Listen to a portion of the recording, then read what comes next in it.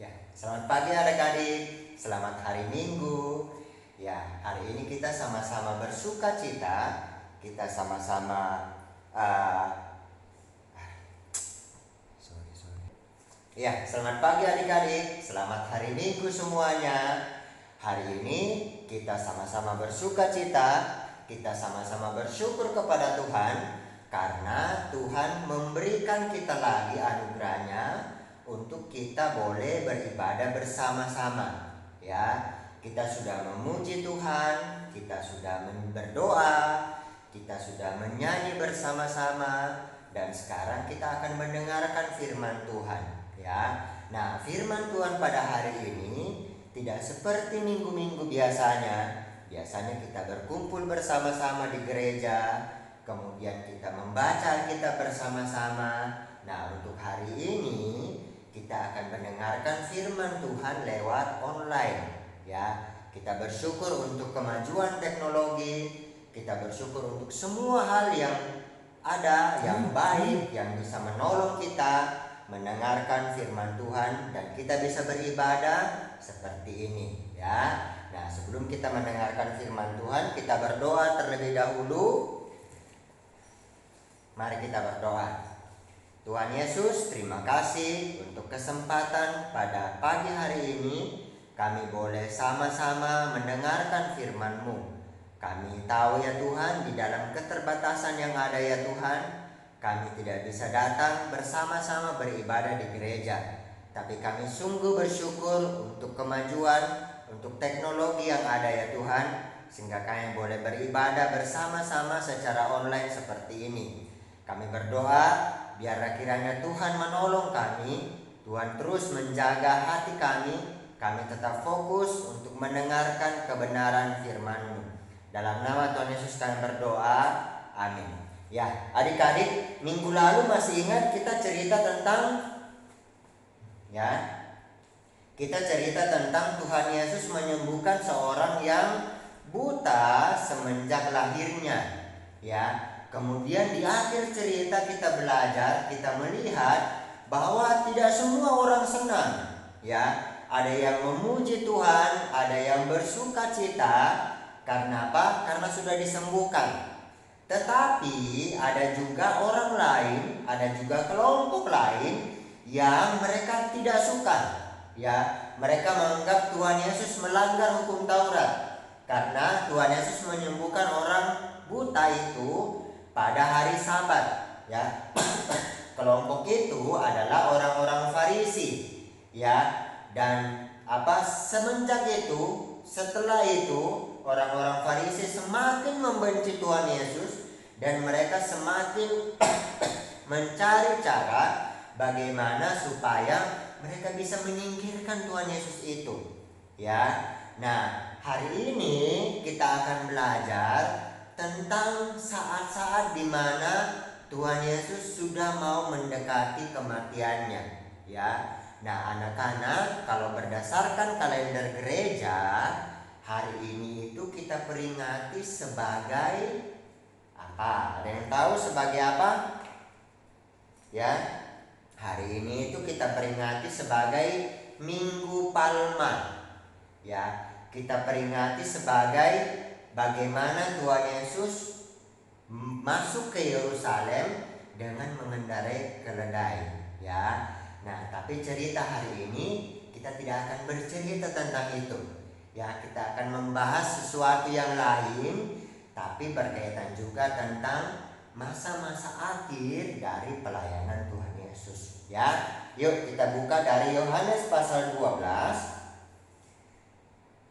Yohanes pasal 12 ayat 20 sampai ayatnya yang ke-36. Yohanes pasal 12 ayat 20 sampai ayatnya yang ke-36.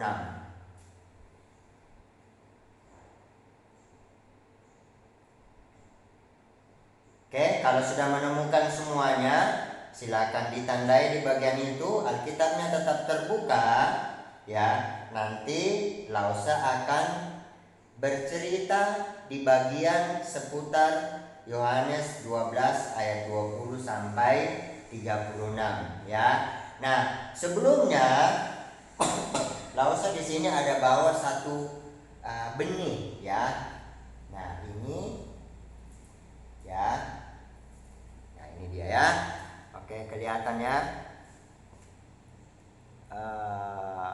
Oke ya. Bagaimana? Ya, oke, kelihatan ya. Ini adalah benih ya. Oke, ada yang tahu ini adalah ya. Ya, ini adalah gabah atau benih padi ya. Nah, waktu itu Tuhan Yesus ketika mengajar, dia menggunakan banyak sekali perumpamaan ya. Nah, saat ini di bagian cerita kita hari ini sebenarnya pun Tuhan Yesus sedang mengajar orang banyak ya, dan dia menggunakan perumpamaan ya. Nah, tentu saja waktu itu Tuhan Yesus tidak menggunakan gabah ya. Tuhan Yesus tidak menggunakan biji padi. Kenapa? Karena di Palestina waktu itu, di Israel waktu itu tidak ada padi, yang ada adalah gandum ya. Tetapi Lause tidak bisa menemukan biji gandum di Palopo ini, makanya Lause bawa penggantinya, yaitu biji padi atau gabah ya. Nah, biasanya adik-adik tahu nggak? Biasanya gabah ini oleh petani ya, biasanya diapakan ya? Biji gabah ini atau biji padi ini biasanya diapakan oleh petani ya? Ada yang tahu? Ya. Nah, biasanya biji gabah ini ada dua hal ya. Yang pertama ya, ini bisa digiling ya menjadi beras, kemudian dijual kepada kita untuk kita masak menjadi nasi. Ya, itu yang pertama. Kemudian yang kedua, ya, biji gabah ini juga ada yang disimpan, tapi tidak disimpan terus-menerus, ya. Kenapa? Karena kalau disimpan terus, ya, maka dia tidak akan berguna, ya. Oke, biasanya petani itu menyimpan sebagian untuk apa? Untuk ditanam kembali, ya, untuk dijadikan benih atau dijadikan bibit ya dari padi ya. Oke, sehingga nanti dari yang ada ini ya ditanam ya, dipersiapkan lahannya, dan itu bisa menjadi padi yang besar ya, yang nanti akan dipanen kembali ya. Nah, kemudian mungkin ada yang bertanya, apa hubungannya dengan cerita hari ini ya? Oke, apa hubungannya dengan cerita hari ini ya? Nah, cerita hari ini itu berbicara tentang bagaimana Tuhan Yesus memberitahukan, menyampaikan kematiannya kepada murid-muridnya, kepada orang banyak yang pada waktu itu sedang mendengarkan pengajaran dia ya. Kemudian mungkin adik-adik akan bertanya lagi, apa hubungannya biji gandum ya? Apa hubungannya biji padi yang tadi Lause kasih tunjuk dengan kematian Tuhan Yesus? Ya, apa hubungannya? Ya, oke ya. Nah, nanti kita akan lihat sama-sama. Tetapi ya seperti biasanya, oke, Tuhan Yesus itu selalu mengajar. Ya, Tuhan Yesus itu mengajar orang banyak ya. Dan saat ini adalah minggu-minggu di mana sudah mendekati kematian Tuhan Yesus. Ya, ini adalah hari-hari terakhir dari pelayanannya Tuhan Yesus sebelum akhirnya nanti ditangkap dan dihukum mati. Ya, oke. Nah, berbeda dengan pengajaran dia yang lain, ya. Pengajaran hari ini itu pengajaran yang dilakukan oleh Tuhan Yesus pada saat ini, ya, pada waktu itu adalah pengajaran yang berbeda, ya. Sekali lagi berbeda karena dia mau memberitakan tentang kematiannya, ya. Dia mau memberitakan tentang bagaimana nanti dia akan mati. Kemudian setelah itu apa yang akan terjadi? Ya. Nah, Tuhan Yesus seperti biasa, dia mengajar di bait suci, dia mengajar di bait Allah, ya. Kemudian biasanya ya Yerusalem pada waktu itu sedang penuh, ya. Karena waktu itu adalah masa-masa mendekati perayaan Paskah orang Yahudi. Ya, dan semua orang Yahudi dari seluruh dunia ya dari seluruh tempat-tempat mereka merantau itu kembali ke Yerusalem untuk merayakan Paskah pada waktu itu. Ya, nah di antara mereka itu ada orang-orang Yunani. Ya, nah dan seperti biasanya orang-orang itu selalu tertarik mendengarkan pengajaran dari Tuhan Yesus. Ya, sehingga orang-orang Yunani apa yang mereka lakukan? Mereka mau panggil Tuhan Yesus untuk bicara dengan dia, untuk ngobrol dengan dia, ya. Tapi ya berbeda dengan biasanya, ya Tuhan Yesus kali ini tidak mau diganggu, ya. Tuhan Yesus kali ini tidak mau menemui orang Yunani itu, ya. Tuhan Yesus terus melanjutkan pengajarannya, ya, dan menyampaikan tentang kematian dia, ya.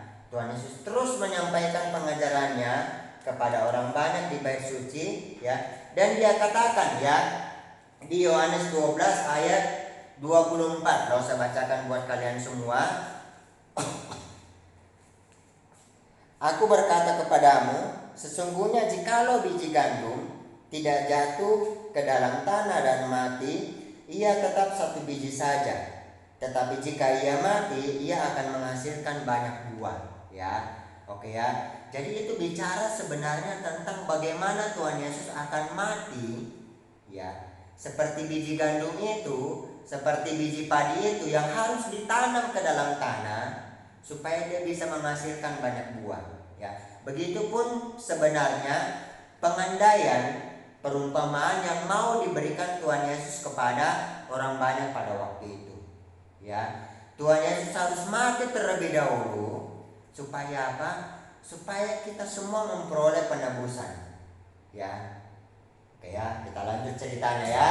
Jadi Tuhan Yesus terus mengajar mereka dan Tuhan Yesus memberitakan tentang kematiannya, ya. Tuhan Yesus mengatakan apa? Dia akan ditangkap, ya.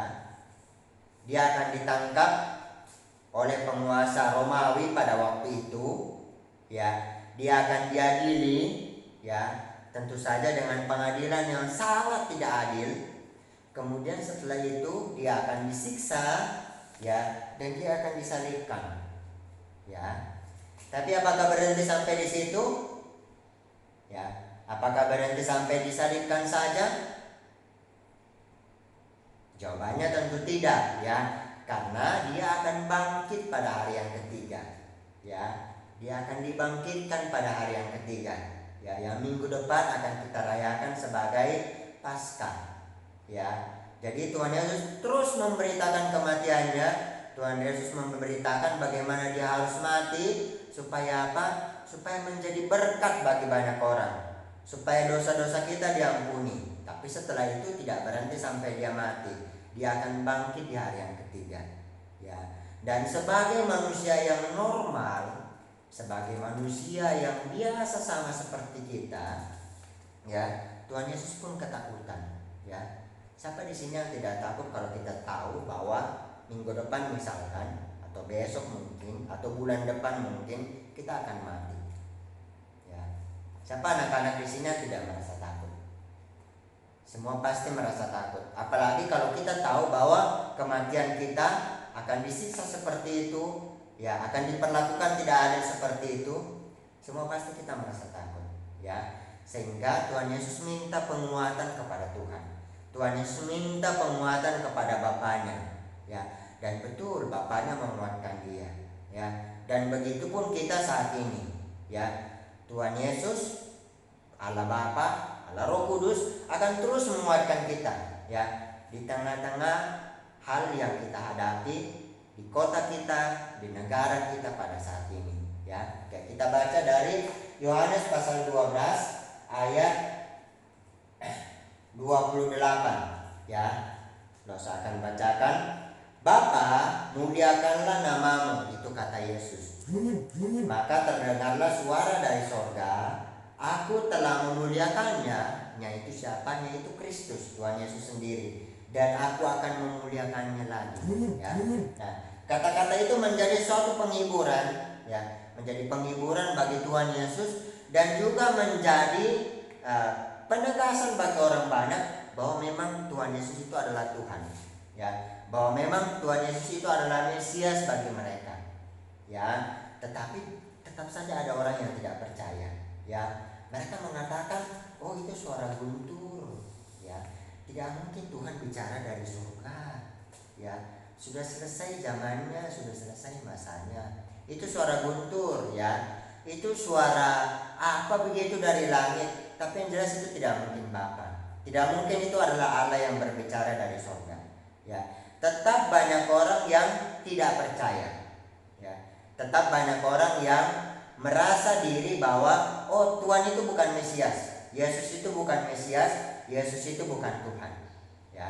Kemudian Yesus melanjutkan pengajarannya, ya, dan Tuhan Yesus melanjutkan perjalanannya, ya. Tuhan Yesus melanjutkan apa yang harus dia kerjakan, ya. Tetapi ada satu hal yang kita bisa pelajari, ya. Ada satu hal yang lause-lause mau adik-adik juga pelajari, ya. Yang pertama, ya, kita bisa belajar dari benih yang terus bertumbuh itu, ya. Kita bisa belajar dari benih yang bertumbuh itu, ya. Ini ilustrasinya, ya. Secara alamiah, secara hukum alam, ya, benih itu harus ditanam dulu, ya. Kemudian dia membutuhkan waktu yang panjang, ya, supaya akhirnya dia bertumbuh, ya. Kemudian, ya, nah ini benih yang lain, ya. Oke. Nah, ini benih tanaman yang lain sama, ya. Dia harus bertumbuh dulu, dia harus ditanam di dalam tanah dulu supaya bisa bertumbuh, ya. Kemudian, ya, benih itu pasti akan menghasilkan buah, ya. Benih itu pasti akan menghasilkan buah, ya. Dari satu benih, dari satu biji itu bisa menghasilkan buah yang banyak, ya, ketika dia bertumbuh, ya. Nah, itulah sebenarnya yang Tuhan harapkan dari kita sebagai anak-anak Tuhan, ya. Bagaimana kita orang-orang yang sudah ditebus, bagaimana kita anak-anak yang sudah diselamatkan oleh Tuhan, kita pun juga harus menghasilkan buah, ya. Kadang-kadang Tuhan memproses kita dengan cara-cara yang tidak kita sukai mungkin. Memproses anak-anak dengan cara-cara yang mungkin anak-anak tidak sukai. Tetapi ingat, tujuannya cuma satu, supaya kita bisa bertumbuh dan menghasilkan buah, ya. Oke. Buah apa yang bisa kita hasilkan? Tindakan kasih apa yang bisa kita lakukan bagi orang lain, ya.